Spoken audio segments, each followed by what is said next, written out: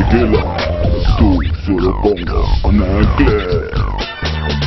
Les enseignants de Kikwit dans le Bandundu du Bas-Congo étant bien d'autres provinces de la RD Congo n'ont pas repris les cours le lundi 9 janvier 2011 pour cause le non-paiement de leur salaire du mois de décembre.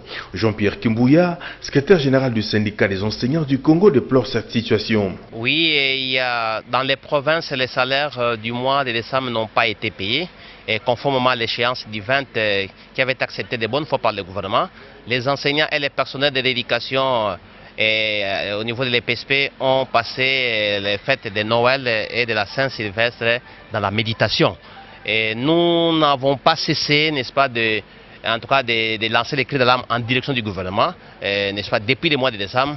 Malheureusement, on n'a pas cessé de nous expliquer qu'il y avait un problème de liquidité. Et dans les provinces du Bas-Congo, notamment à Matadi, et dans certains territoires, mais aussi à Kikwit, dans les Bandundu, les enseignants n'ont pas repris le travail les 9. Et aux dernières nouvelles dans l'après-midi hier, on nous avait dit que la Banque centrale avait donné un mot d'ordre pour que les notes de crédit, n'est-ce pas, qui sont arrivées dans les provinces, permettent le paiement des salaires. Ce qui est vraiment malheureux parce que ce sont des salaires qui sont vraiment dérisoires.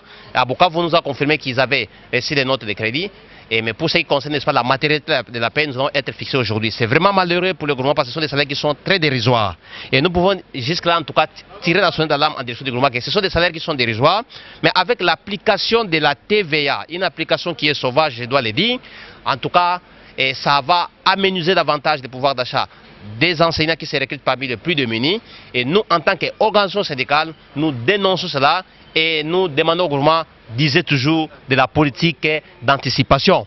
Parce que la TVA n'a pas fait l'objet d'une vulgarisation en amont au niveau des opérateurs économiques, mais aussi au niveau des enseignants, des personnels d'éducation et pourquoi pas de tous les fonctionnaires de la République. Non, oui à la TVA, parce que nous voulons que l'assiette fiscale soit élargie pour que les enseignants puissent se retrouver par rapport à leur salaire, parce qu'on a besoin d'un budget conséquent, mais non à l'application sauvage de la TVA et non au rabotage des salaires des enseignants. Parce que chaque fois qu'il y a grève, ce sont les enfants congolais qui en pâtissent et la qualité de l'éducation en pâtit aussi. Nous voulons qu'avant le discours du chef de l'État soit différent après le discours du chef de l'État, sinon ça ne sert à rien comme nous sommes au début d'un mandat. Cette première sortie de la MONUSCO en 2012 commence par la dénonciation des actes d'incitation à la violence et à la haine dans les Kasaï occidental et au Katanga.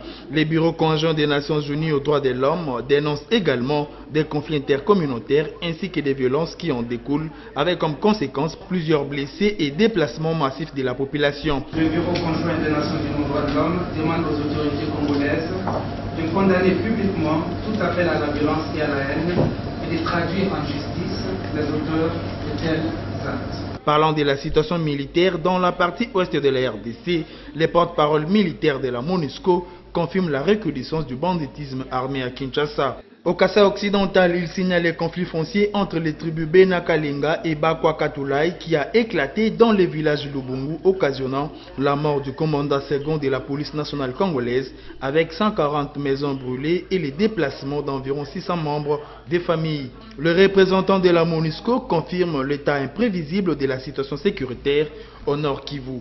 Ici, les miliciens des FDC et autres ont déjà occasionné la mort des civils.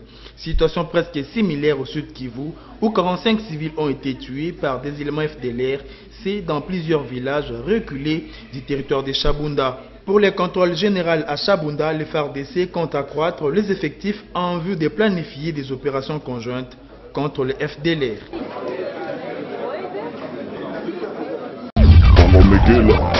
Tout sur le Congo, on a un clair.